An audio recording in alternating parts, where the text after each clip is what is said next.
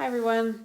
So we've talked about the product rule of exponents and the quotient rule of exponents, and the last rule that we're going to talk about is the power rule of exponents. So the power rule of exponents says if I have x to the power of a in parentheses and then I take it to another power of b, this is the same thing as x to the power of a times b.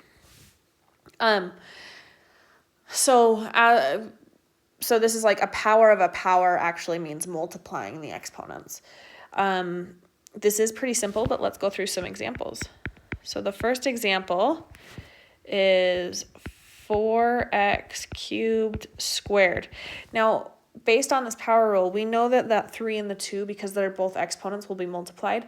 But the other thing that we need to be really careful about is we need to make sure that the squared that's on the outside of the parentheses distributes to every chunk on the inside.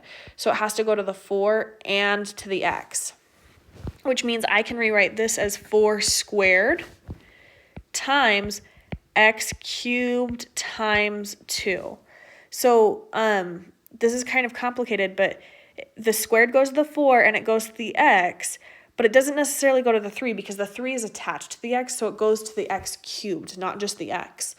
And then we can simplify that even further because we know 4 squared is 16, and then it would be x to the 6th because 3 times 2 is 6. So this is my simplified answer. Okay, let's go through another example. This example is 3x to the 5th to the 3rd.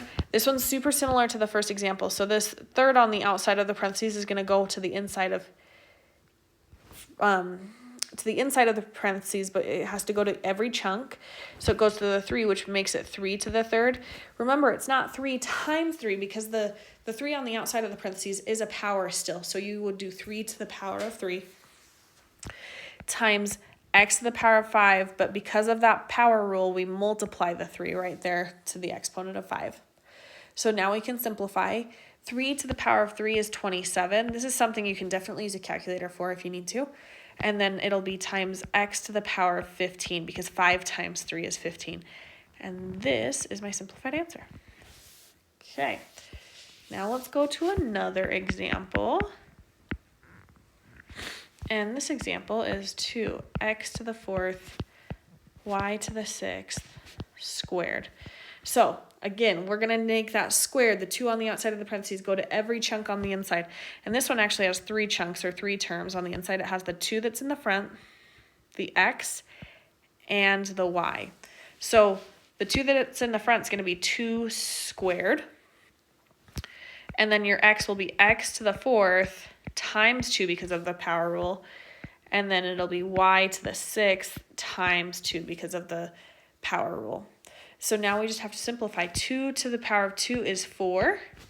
And then we'd have x to the power of 8 because 4 times 2 is 8. And then we'd have y to the power of 12 because 6 times 2 is 12. And there we have it. Here is our simplified answer. All right, one more example. This example says 5x squared y z to the 5th all to the 4th. The first thing I'm going to do here is put this 1 on the y. That way we know what we're multiplying by when we distribute that 4. So once again, we've got to distribute it to every chunk. This one will have 4 different chunks. It's got the 5 in the front, the x, the y, and the z. So we would have 5 to the 4th. Once again, it's a power, so you have to do 5 to the 4th, not 5 times 4.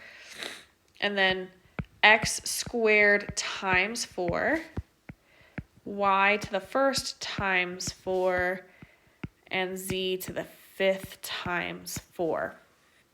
Okay, so now we just simplify. 5 to the 4th is 625, it should be. Let me double check that on the calculator because I want to make sure I got that right. So 5 to the 4th, 625, yep. And then it would be x to the 8th, y to the 4th, because 1 times 4 is 4, and then z to the 20th, because 5 times 4 is 20. There we have it, our simplified answer. And this is how we use the power rule of exponents.